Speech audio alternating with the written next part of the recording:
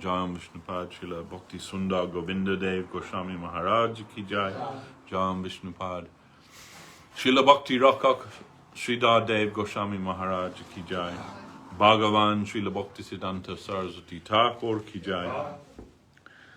Jai Rupanuga Guru Bhargya Ki Jai. Namacharya Haridas Thakur Ki Jai. Jai Sri Chaitanya Saraswata Acharya Brinda Ki Jai. Srila Bhakti Nirmala Acharya Maharaj Ki Jai. Samadvaita Vaishnava Mandali Ki Jai. Kol Kartel Ki Jai. Sri Harinama Sankirtan Ki Jai. Nitai Gaura Premanandi. So,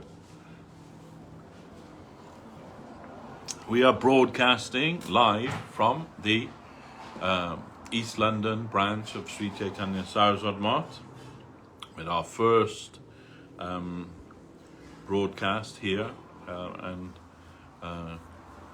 talk since the beginning of the lockdown back in March. So today is also the day of Ekadashi. So we're observing that, and we're thinking it is an auspicious day for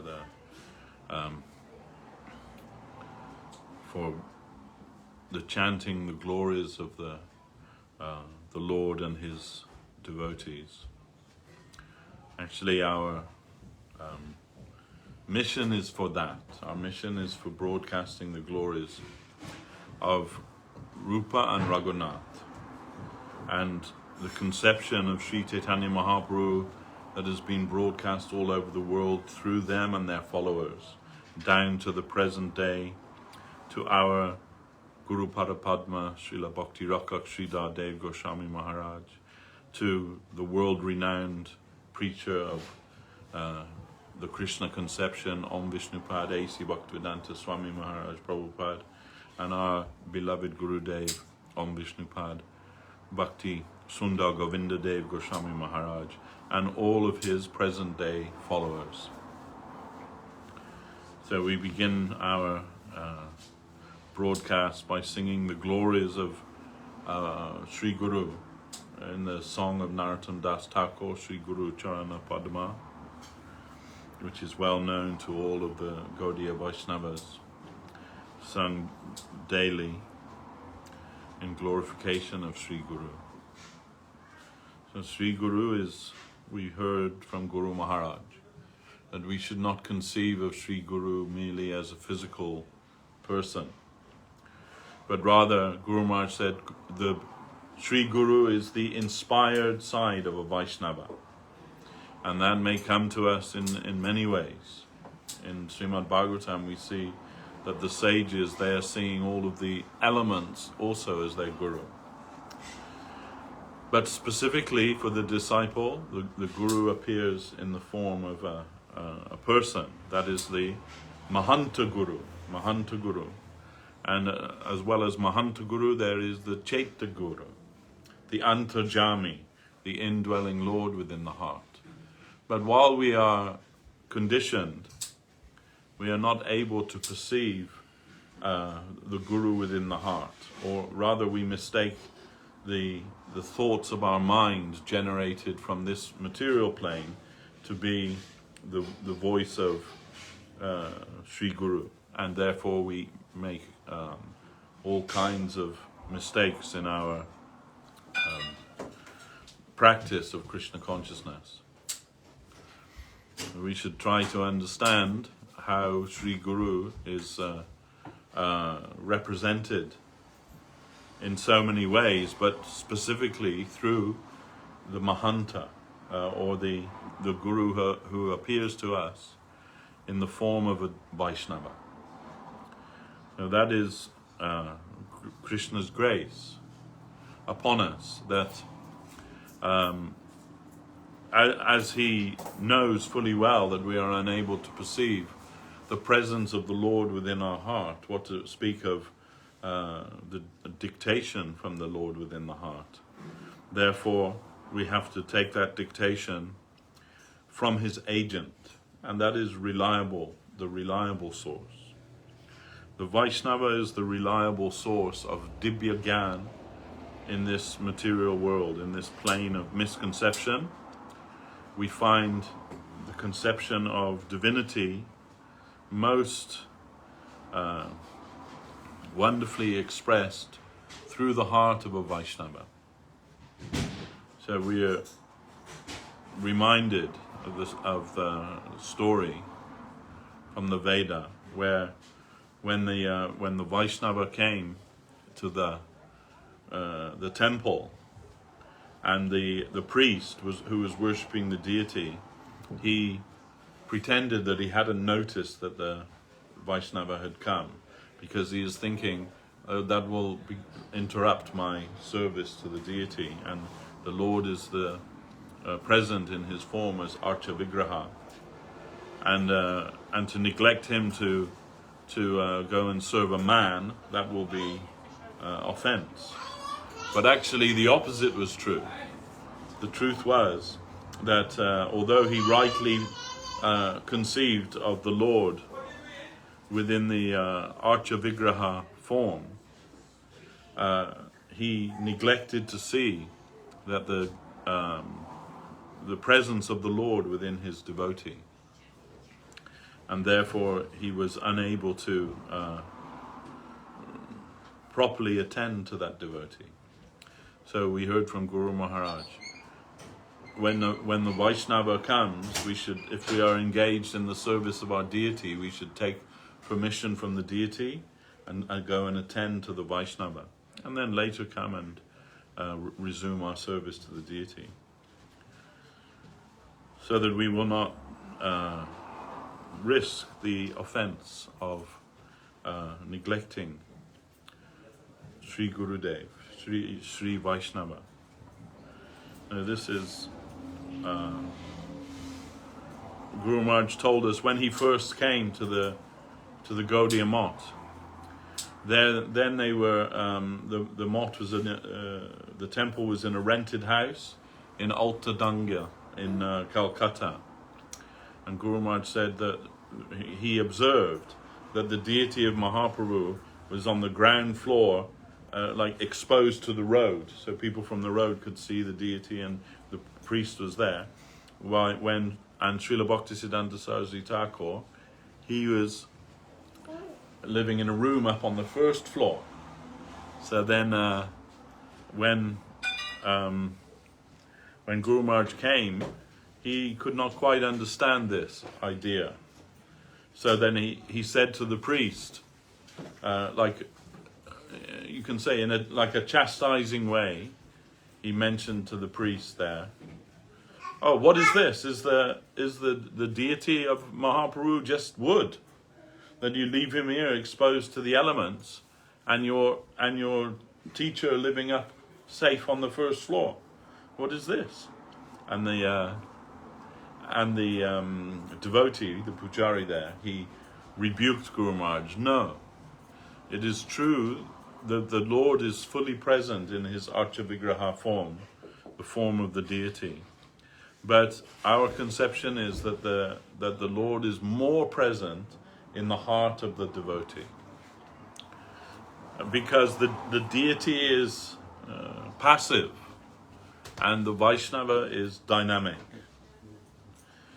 So that means that if we have some misconception or misunderstanding about what is Krishna consciousness, when we come before the deity will not correct our misconception, or it is unlikely. It is not that it is not within his power to do so. He can do that, and we see there are many cases of that in the given in the scripture, even in our recent history, Sachi Gopal, Radharaman, and others. Anyway,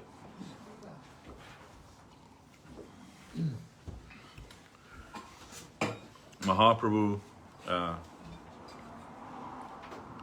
has given some indication to us that the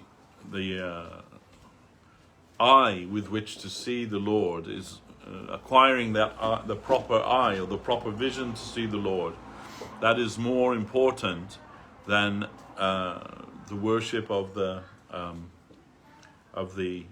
form of the Lord as the Archa Vigraha. Although the Archa Vigraha is the Lord himself, more important is for us to develop the proper vision with which to see him. Otherwise, our worship may be idolatry, and we are not in favor of idolatry in the general sense. So, we hear from Prabhupada, Bhaktisiddhanta Saraswati Thakur, that often he would say, Darshan is not through the eye, but Darshan is through the ear. So it is imperative for us to hear the instructions of the Lord through the sadhu, through the Vaishnava, through the Guru. This is the proper method by which we receive darshan, actually. The Guru Maharaj would say, what will you see with your flesh eye? You can see only stone or wood or paint or cloth or whatever it may be. You cannot see divinity with the flesh eye. So to develop the eye with which to see the Lord, that is all important to us. And that eye is the inner eye, the eye of faith. Through faith we are able to perceive the reality of spiritual truth. Generally we think that faith is like a nebulous thing, something subjective, something insubstantial. Everyone says, oh, this is my faith, this is my faith. But actually faith is fundamental to everything. Everything that we do, in one sense, in one way, is an act of faith. When you eat your breakfast in the morning, that's an act of faith that you will receive nourishment from that food and it is not poisonous or injurious to you. When you walk on the road, putting one foot in front of the other, it's an act of faith. Although unconsciously we do that, but our faith, our inner faith, is that that earth will support me and not open up and swallow me. So this way, there is nothing that you do that isn't based on some type of faith. So the difference is that faith in the divine means that you have to extend your vision to that which is beyond your sensual perception. So that means to try to awaken the inner eye to see what is reality. And the only way to see reality is by connecting with those who are situated within reality, within the real plane of divinity. Those who are already situated there. We find that that type of person, they are called Vaishnava, and they are known as, when they extend their wealth to us, that is known as Sri Guru. Srila Guru Maharaj given that example, that the Jiva soul, the living beings, they are reaching towards the divinity. And the Lord in his turn is extending himself down to us. And where the two meet, that plane in which they meet, that is called Sri Guru. And usually that is coming to us in the form of a Vaishnava. An inspired Vaishnava, we are to see that, and we are to see the common thread. Otherwise, if we only identify Sri Guru with a particular form or particular body, then we will not be able to find the Lord there. Only some partial representation. So we need to make ourselves open. Srila Gurudev, Srila Govinda Maharaj, he would often say that to receive spiritual knowledge, you just have to make yourself a proper receiver. And he would give the example of the radio. And of course, I don't know how many people listen to the radio anymore, but 100 years or so ago, before Marconi, invented or discovered the radio application of the radio, if you'd have told people that there are, sound waves moving through the ether that you're unable to perceive, people would have thought you crazy. But when Marconi was able to make that device that was able to transmit and receive those signals, then it became commonplace. Now, if you want to listen to some particular music or something, if you have a radio receiver, and you tune into the particular frequency on which that's being broadcast, then you can hear that. And everybody thinks that's commonplace. Now, nobody thinks that as being a miraculous thing. Everybody thinks it's just an everyday thing. And similarly with the internet, now through that electronic signal, which is actually just ones and zeros, is going through the ether in a particular way, and your receiver, your broadband modem or whatever it is able to pick that up and translate that into not just sound but also vision. So you're able to see people, you're able to see this class that's going on now through that. And even that, most people don't think that it's an incredible thing. They just take it for granted. It's an everyday thing now. So Gurudev was anxious to use this analogy to help us to understand that if you become a proper receiver, then you'll be able to receive the messages from the divine, which are always coming through the ether or through the Akash. They're always being transmitted. They're always there.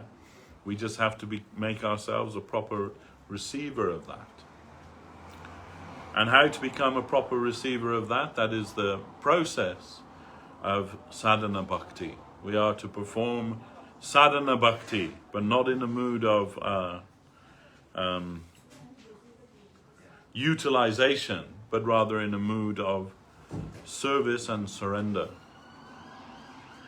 So, not so much, what will I get from this? But rather, in which way can I make myself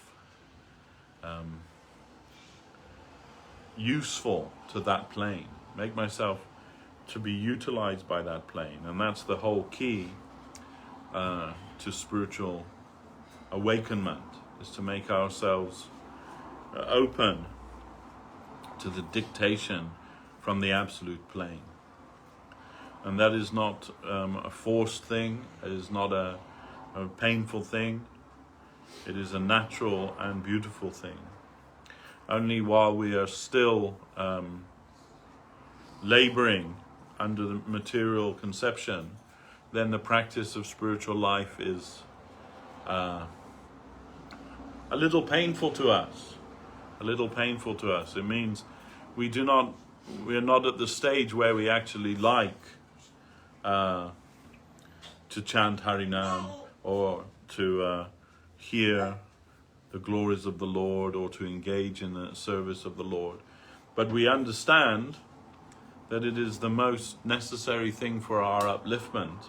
And so we surrender to that and try to engage ourselves in that, even if that's in a mechanical way, without any real devotion. But at least, Guru Maharaj would say, until we have love, then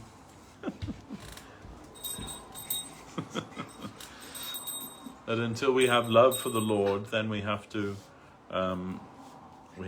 act on the plane of duty to the Lord, dutiful service to the Lord. And service to the Lord necessarily means service to the Lord's servitors. No man is an island. We cannot think that we live in isolation and we have some relationship with the Lord which is divorced from a relationship with the Lord's devotees. In fact, the relationship with the Lord's devotees is integral to our relationship with the Lord. That we have to understand, and we have to understand that in a deep way also. It's not, Guru Maharaj says first there is thesis, then antithesis, and then synthesis. This is the way of progress in the line of thought. So if our first thesis is that the Lord, worship of the Lord is necessary for us to enter into spiritual life, then the antithesis of that may be, no, not to worship the Lord, but to worship his devotee. But then the synthesis will come that we worship the Lord in reality by worshipping and serving his devotee. So it is not divorced from the worship of the Lord. It is integral to the worship of the Lord. After all, our goal is Krishna consciousness, to live in the relativity of Lord Sri Krishna and his entourage. So, sadhana bhakti means some practice which we may not find entirely to our liking. We have to rise early in the morning and come to see the Lord for his Mangal Arati, but our mind tells us, no, just stay in bed, it's better, stay in bed. I'd prefer to do that. But the sadhaka will think, yes, maybe I prefer to stay in bed, but I have to get up and do my duty and come and see the Lord in the temple. That is the sadhaka's life. But we are always opposing the dictation of the mind when the mind is telling us not to practice our bhakti. Sadhana bhakti. Sadhana bhakti means that you have to take a vow and be serious about that I will serve the Lord. Actually, the time of initiation, so many different gurus, they ask their disciples to make a vow. But Srila Gurudev, he never used to have us make any, like a proclamation or anything. But he often said, when he was giving Harinam, it is my expectation that from this day forward, you will worship and serve Lord Krishna for the rest of your life. So that is the transaction that we make with our Gurudev, that he is giving Dibya Gyan to us, giving Krishna consciousness to us, and in return we are making a vow that we will worship and serve the Lord and his devotees every day.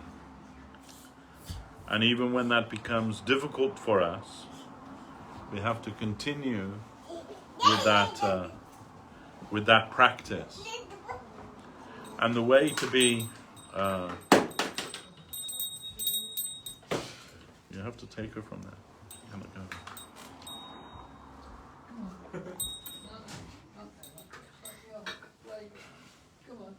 Oh. She's very naughty. She wants to do food. Yeah, naughty just means intelligent, actually. Anyway, so we have to try our best to serve the Lord, to fulfill our vow to our Gurudev. When somebody said we should try to repay our Guru for everything that they have given to us, Srila Maharaj said, I do not agree with that, because in fact it is impossible for the Shishya, the disciple, to ever repay the Guru. And to make an attempt to do so is foolishness. Our only, you can say, what's the word? The only thing that we are required to do is to utilize ourselves for the satisfaction of the Lord. And that is what our Gurudev wants from us. what our Gurudev expects from us, that we are trying to utilize ourselves in any way that we can to satisfy his Lord. That is bhakti. And the way that we are able to do that Mahaprabhu has told us himself repeatedly, Trinadapi sunichena tororiva suhishnuna amanina manadena kirtaniya shadahari. We must practice humility, practice tolerance, practice giving honor to others, and expecting nothing, no kind of honor or respect for ourselves. Actually, that is our real sadhana, because everything else is dependent on that. Without practicing that sadhana, it is not possible to chant the holy name of the Lord. And only by practicing these principles can our chanting of the holy name of the Lord be in the right line. Otherwise, it is just making noise. To be humble, and what kind of humility? To be humble like the grass. So that means, the grass, Bhaktivinoda Thakur says, our position is worse than the grass, because when somebody tramples on the grass doesn't push back. So, but our position is when the Lord comes to favor us, to grace us, we push back. No, I don't want that. I want something else. I have my own idea what I should have and want and be. And so then our position is worse than the grass, because we are opposing the flow that the Lord is sending to us. Then we are to try to make ourselves meek and humble and open to the direction from above. That is actually real humility, not humility to the man in the street, but humility to the Vaishnava, humility to the agents of the Lord. That will give us our desired result. And tolerance. Once when I was with Srila Gurudev in Navadvip, I asked him, just as I was leaving, do you have any message for the devotees in London? And Gurudev said, yes, my message to the devotees in London is that whatever comes before them, they must tolerate that until it becomes intolerable. And then also they must tolerate that also. And Gurudev said, by tolerance you will get everything. By tolerance. Because, you can fake humility. Anybody can fake humility. And, say how fallen they are and all the rest of it. And you can even fake giving honor to others, or you're, giving praise to others, but in your heart you feel, that you don't feel that genuinely. I can just say about that also that once one of our god sisters, who was a very close servant of Srila Gurudev, she was having some difficulty with another devotee, in their serving relationship. They couldn't get on, and not everyone gets on with everyone, we know that. But when she asked Gurudev, what will you do? What shall I do? And Gurudev said, tolerate. You must tolerate. Then, after some time she said, I've been trying so hard and I'm tolerating, but I cannot, get any relief. I can't get. And Gurudev said, that's because you're not tolerating with affection. You must tolerate with love and affection to the object of your tolerance. And then it will be successful. So, but you cannot fake tolerance. Either you're tolerant or you're intolerant. You cannot fake it. Maybe for some time you can, clench your teeth and grin and bear it, but eventually that'll come out. You won't be able to maintain fake tolerance. It will be shown. We heard, in the time of Srila Prabhupada, A.C. Bhaktivedanta Swami, that one man used to come to the temple, and when they would open the curtain for darshan, he would immediately go in a swoon and faint on the floor, and like show some kind of signs of ecstasy or something. And the devotees, they didn't know what to do. Like, is it genuine? They had no experience of somebody doing this before. So they went to Prabhupada and they said, this is what's happening. This man, he comes here whenever the curtain, he just faints and, shows these signs of kind of ecstatic symptoms or something like that, What should we do? Then Srila Prabhupada said, next time when he does it, you can kick him in the head. They were like, what? And he said, and if when you kick him in the head, he still maintains his position as before, then you offer your obeisances to him. So you can see. Because we know that, right? If somebody just stands on your foot accidentally, your hackles go up, don't they? You're ready for a fight. So but Gurudev said that of all, that really you'll get the result from tolerance, tolerating. And if you are humble and if you are tolerant, then also you are able to give honor to others in a genuine way. So this was Gurudev's policy. Sorry.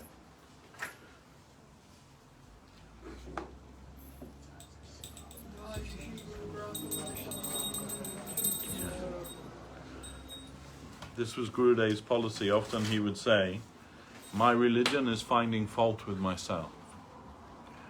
And also he would say, my religion is not to find fault in others, not to see the faults in others, but rather to concentrate on the faults within myself.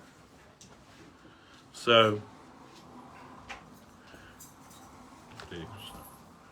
as Lord Jesus said to his followers, why do you criticize your brother for having a speck in his own eye when you have a plank in yours?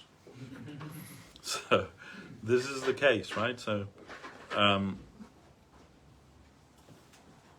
or also at another time in the same vein he said, let he who is without sin cast the first stone, when they were going to stone somebody for some perceived offense. So this is the case, that we are not to try to look for the faults in others, because we live in a faulty plane, the plane of fault. Then there's plenty of that everywhere. You'll see it everywhere. You can see that, but it is much more difficult and much more onerous upon ourselves if we are to try to look and see the goodness in others, to see the good qualities in others. And especially in the Vaishnavas, we are to try to see their Vaishnava qualities, Vaishnavata. But even if they are not devotee, ostensibly, we are to try and see what is their goodness, their good qualities. And that will help us in our own way. Gurudev said, even if they are not honorable, by giving honor to them, you make them honorable. Now, these are not, just superficial things. This is the advice of Mahaprabhu Chaitanya Dev himself. Be humble, be tolerant, and give honor to others. And at the same time, do not expect any honor or respect for yourself. And if you can practice that, what is the result of that? Then you will become qualified to chant the holy name of the Lord constantly, 24 hours a day. While awake and even while sleeping, that chanting of the holy name will continue. But otherwise, if you do not possess, if your wealth does not include humility, tolerance, and honor to others, and if you still hanker after honor for yourself, then the result will be that you are just making noise. Your chanting will only be noise. It will not be the name of Krishna. because Krishna does not hear the pleas of those who are arrogant, of those who are intolerant, and of those who want to be honored by others. Krishna does not hear from them. He only hears from those who are Sharanagata, and necessarily a Sharanagata devotee will be resplendent in the qualities of humility, tolerance, and giving honor to others. And you will see that they reject the attempts of others to honor them. And in a real way, not just a superficial way. So we should understand that this is Mahaprabhu's advice to us. Then it can never be mundane. It can never be peripheral. It can never be partial. It is always essential to us. If we are serious about the chanting of the holy name of the Lord, then we must foster and develop these qualities of humility, tolerance, and honor to all. That is our sadhana, actually, to practice that at every moment. You know, like today, in the world today, amongst the so-called spiritual circles, it is very fashionable, and not in a bad way, but to practice mindfulness, isn't it? Everybody's talking about mindfulness. So Krishna consciousness is the ultimate state of mindfulness. All of the time we are trying to be mindful of what our Gurudev requires of us. We are trying to be mindful of what will give pleasure to Lord Krishna. And we are trying to be ever mindful of the advices and direction of Sri Chaitanya Dev and Nityananda Prabhu. We are trying to do that, sincerely trying to do that. Or at least we should be sincerely trying to do that. Mindful. So that means before you do anything, wait and reflect and think. In this situation, when some situation comes before us, in this situation, how will I be humble? How will I be tolerant? And how will I be able to give honor to others? As much as possible, we should reflect. How much important Srila Gurudev considered this, right? That in the last few years of his manifest Leela with us, in wherever he would stay, he would get one of his servitors to print out, wait and see, and then he would put that on the wall everywhere. Wait and see, wait and see. So in other words, he's advising us not to be like a knee-jerk reaction to anything that comes before us, but rather wait and see. And if you wait and see before you make any harsh or knee-jerk reaction to any situation, almost always you will get a better result. Almost always you will find the right path, the proper way. So wait and see to us means to reflect. In which way will I deal with this in humility? In which way will I deal with this with tolerance? And in which way can I deal with this that gives honor to others and lessens my desire for honor for myself?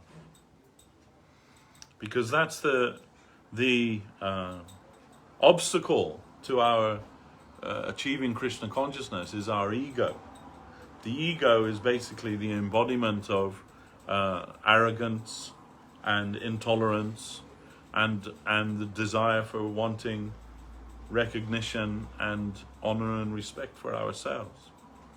So Gurudev said, we have a Himalayan mountain range of ego which separates us from Lord Krishna. Although Lord Krishna is living in our heart, we are unable to perceive that because our ego is mountainous and will not allow us to see beyond that. We are always scheming and trying to make some plan whereby which we can manipulate others and manipulate the situation for our advantage. But rather, we should try to see in which way we can surrender to the will of the Lord. In which way is this the will of the Lord? This will be a type of mindfulness that will result in Krishna consciousness, or at least you can say the cementing of real Krishna consciousness within ourselves. We see this example we heard from Guru Maharaj, that after Ramchandra had defeated Ravan, and Ravan was lying on his deathbed in the last minutes or hours or whatever it was of his life ebbing from him, and Ramchandra's Varana monkey army, they're all like making fun of and mocking Ravan, defeated there. And when Ramchandra saw that, he was very much unhappy to see this. And so he called Lakshman and told Lakshman, actually, Ravan is a very highly qualified person and a man of great knowledge and insight. Please, brother, you go and ask something from him. Ask him to give you some upadesh or some teaching which will benefit you in your life and will benefit the world. Ask him. He can give you something of value. So, hearing the words of his brother, Lakshman approached Ravan, and first touching his feet, he, with folded palms, he said, "My Lord has asked that I ask from you what advice you can give that will be helpful to me and helpful to the world." And Ravan thought for some time, and then he said, "My advice to you is this: when you know that something is auspicious, do it immediately. Don't think, don't measure it or calculate it, but do it immediately, whatever the consequence may be. Do it, and you will never be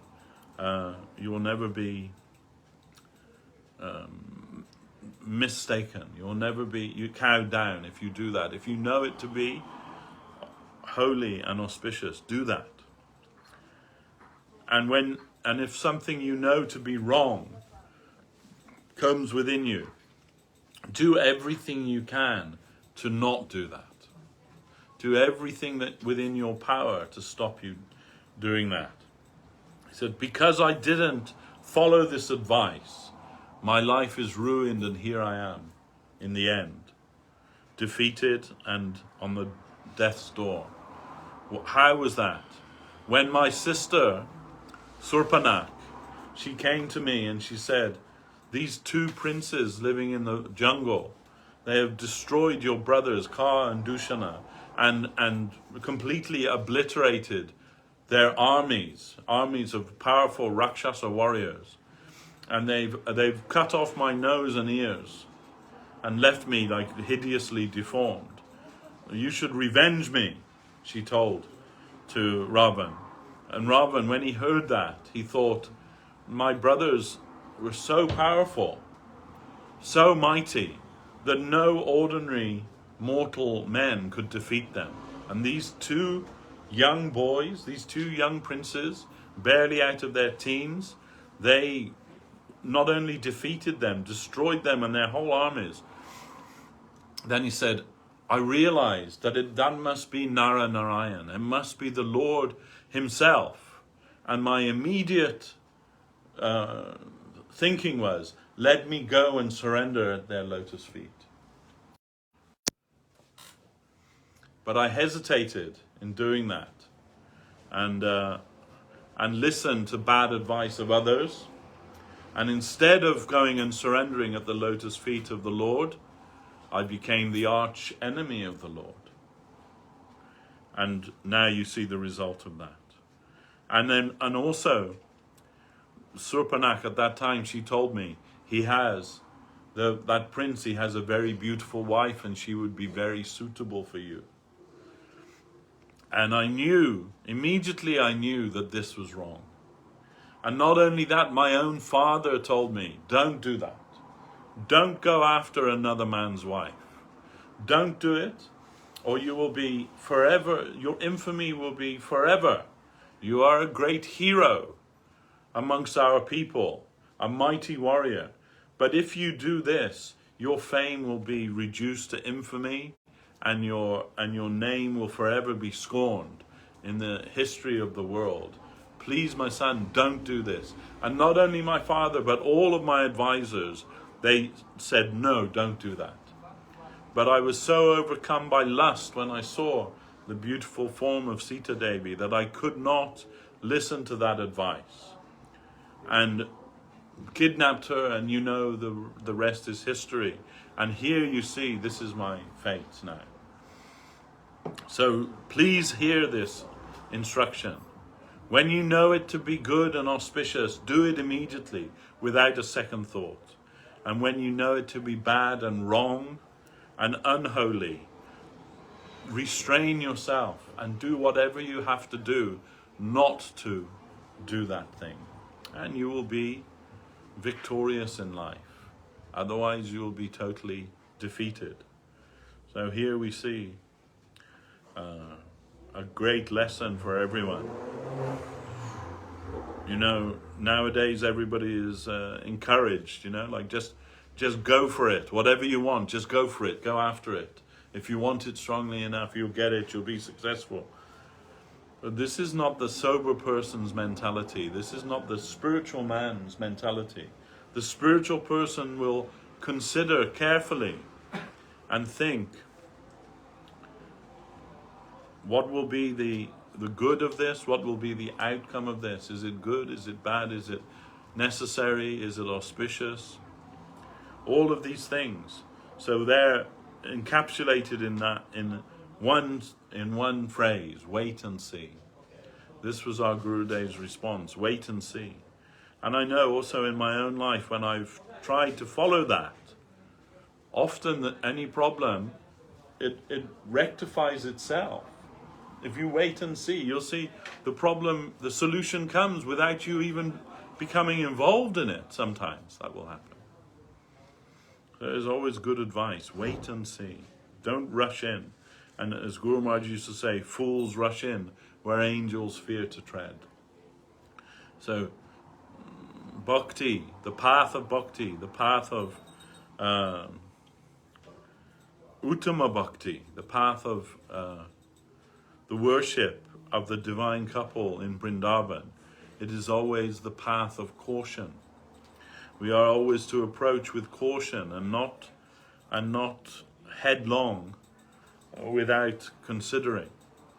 We should be mindful of what we do. When we come to deal with the infinite, and what to speak of the infinite, the highest expression of the infinite, we should be very cautious. And we are not to handle such things when we are unqualified. So this way, Gurudev used to say, before you can go into outer space, if you want to go on out from the space rocket, first of all you have to cover yourself with a protective suit, otherwise immediately you will die. So he said, in the same way, when we go to interface or handle or the things of that plane of divinity, then we have to wear a protective suit before we can enter that atmosphere, because otherwise it will be injurious to us. And what is that protective suit? That protective suit is humility, tolerance, and giving honor to others, and not expecting any honor for ourselves.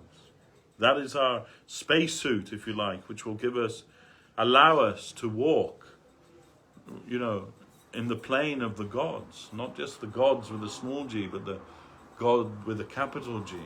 Vaikuntha, the plane of Vaikuntha, the plane of Goloka Vrindavan. You can only enter there when you are a fit recipient. So Prabhupada Bhaktisiddhanta Saraswati Thakur, he often would say, first deserve, then desire. So first deserve, then desire means make yourself fit for those things. And that in itself is our sadhana, to try and make ourselves fit to receive the highest things.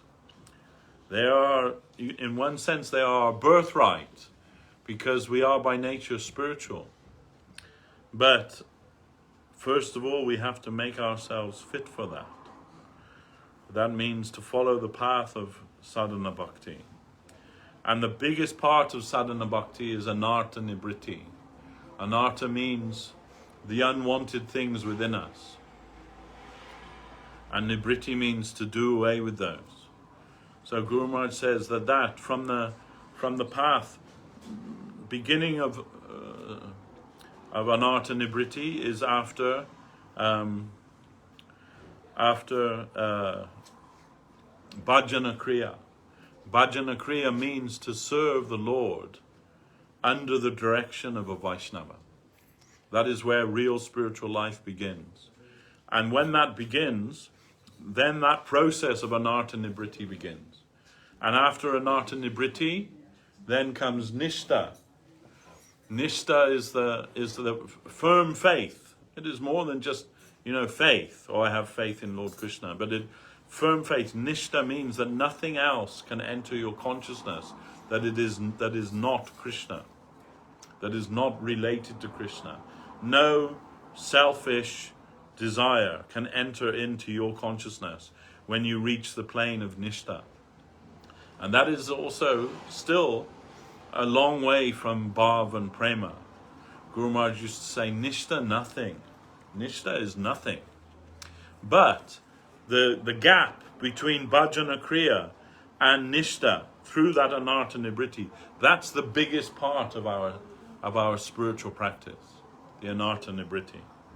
In fact, once when Professor Sanyal, Nishikanta Sanyal, who was considered to be the best scholar of the Gaudiya mission, the disciples of Bhaktisiddhanta Saraswati Thakur, when somebody asked him, when do we become free from anarthas?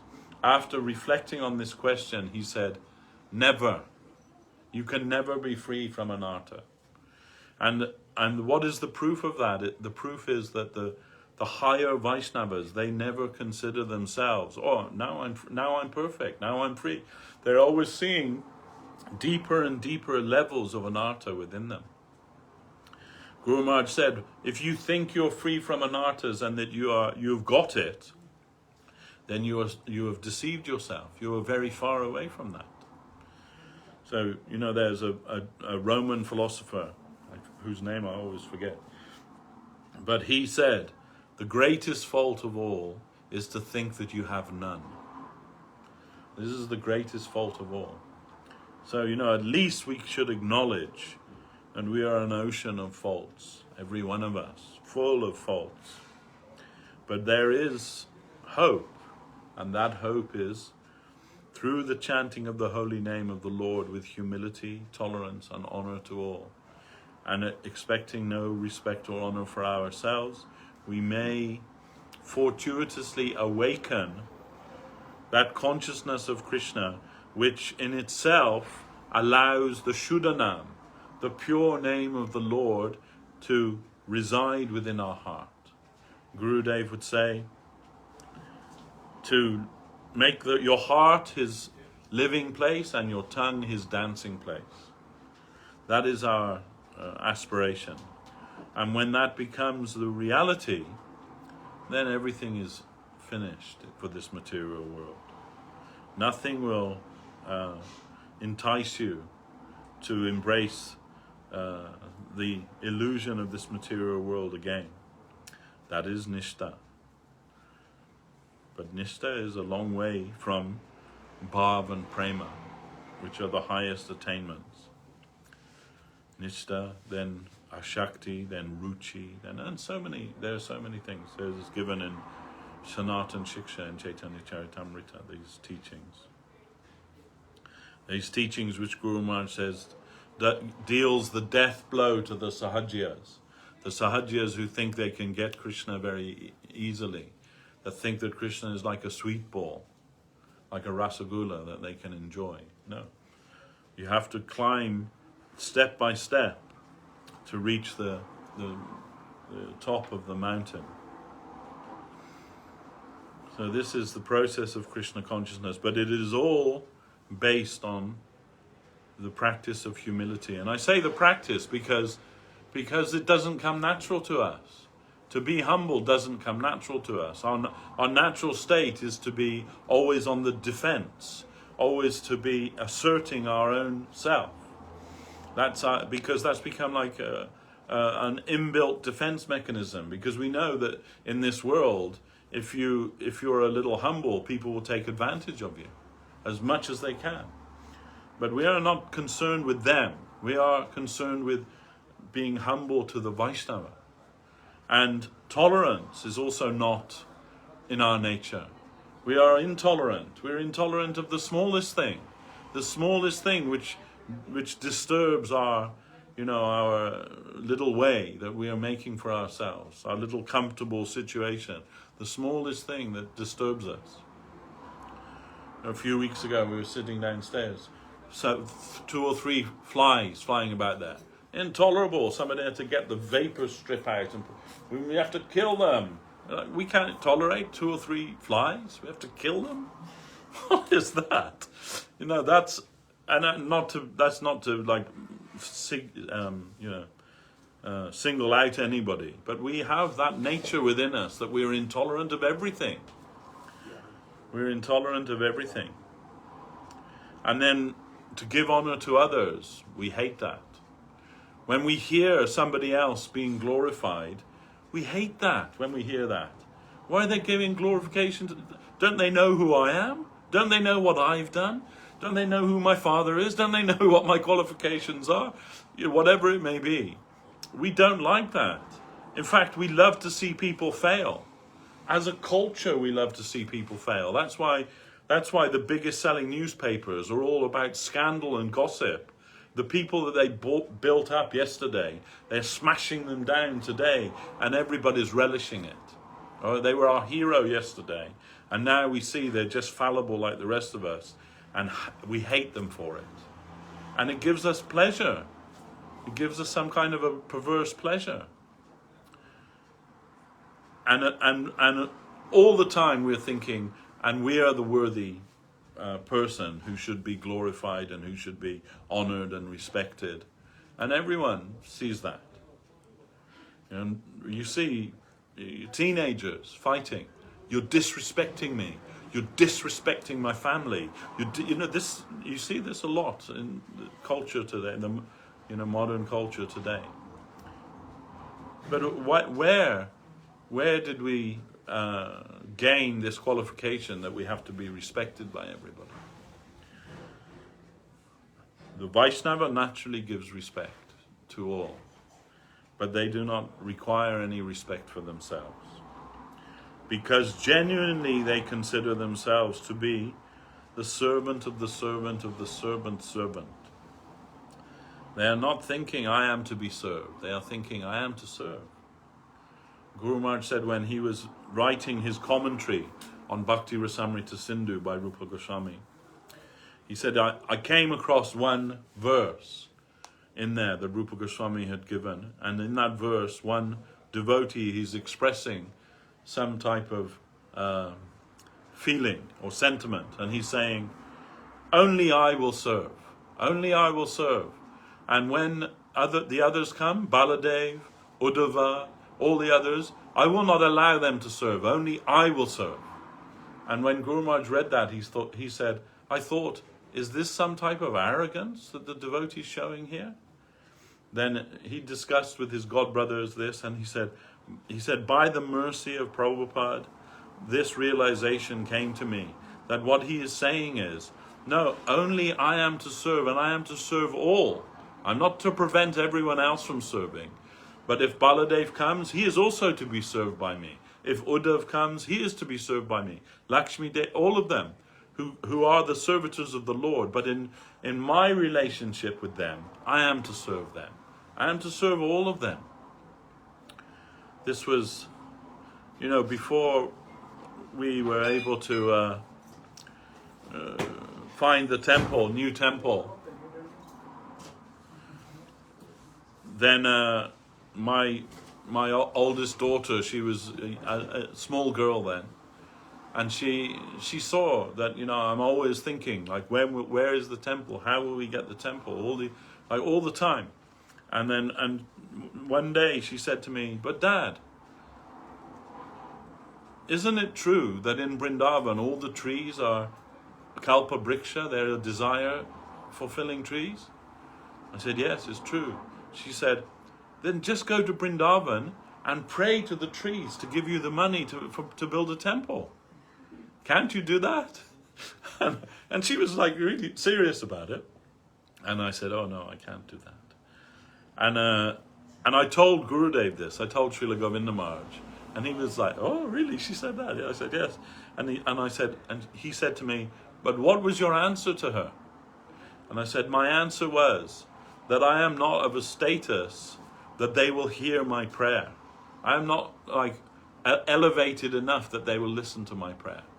And Gurudev said, "Yes, that is a reasonable answer, but it is not the correct answer." I said, "So Maharaj, what is the correct answer?" And he said that the Kalpa Briksha tree in Vrindavan is not for us to serve, not to be our servant, but rather we are to serve them. We are to serve the divine, not to utilize the divine in our service. Now this is the proper thought. There could be one more answer. Money is Maya. Just immediate on this. Yeah, money may be Maya, but money may also be Lakshmi. No doubt about it. So, but this is the principle is this, that we are, Saraswati Thakur said, all wealth is the property of Narayan. So that means Lakshmi is the wife of Narayan. So if we are thinking that we will amass wealth, that is a thief's mentality, because all wealth is his property. So this way, we are to approach the Lord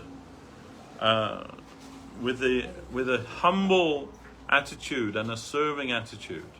We wish to serve the Lord, not to be served by the Lord, and not to be served by his associates also. So if that task comes to you to build a temple, it is your task, not you will try to engage the Lord and the Lord's servants in that. So anyway, this way, we will try to practice our devotion to the Lord in a genuine way, not in a forced way, and not in a calculative way. Sometimes people, they say, "Oh, if you give a penny to Lord Krishna, it'll come back to you 100-fold." But we are not preaching that, because we do not want to make some kind of trade with Krishna. I'll give you this and you give me that in return. And what kind of trade is that? I'll give you a penny, you give me 1,000 pounds. Is that a good trade? Rather, we should be thinking, let me give you 1,000 pounds for your service, Lord. And if you give me anything in return, capacity to do more service, desire to serve you better, capacity to serve you with more of my heart. Not that I want some material reward for anything. In fact, that is a foolish and suicidal idea. When we had our first temple here in London, and the person in charge, they ended up selling that temple. And Srila Govinda Maharaj's remark was, he gave his sukriti, exchanged his sukriti, means his spiritual wealth, in exchange for money. So, you can have one or you can have the other. What do you want? Anyway, now I'm getting the eye from my wife, so that means we have to stop. We have to stop our talk for the day. So, as usual, I went on a little longer than I had intended, so you all please forgive me for that. But now we'll do arti, and then we will take Mahaprasadam and be happy in our devotional life. Sanitize. Jayam Vishnupad, Srila Bhakti Sundar Govinda Dev Goswami Maharaj ki jai. Srila Bhakti Rakak Sridhar Dev Goswami Maharaj ki jai. Bhagavan Srila Bhakti Siddhanta Saraswati Thakur ki jai. Oh, okay. Jai Rupanuga Guru Bhagya ki jai. Jai Chaitanya Saraswata Acharya Brinda ki jai. Srila Bhakti Nirmala Acharya Maharaj ki jai. Samadvaita Vaishnava Mandali ki jai. Thank you. Kol Kartel ki jai, Shri Harinama Sankirtan ki jai, Nitai Gaura Premanandi, Hari Hari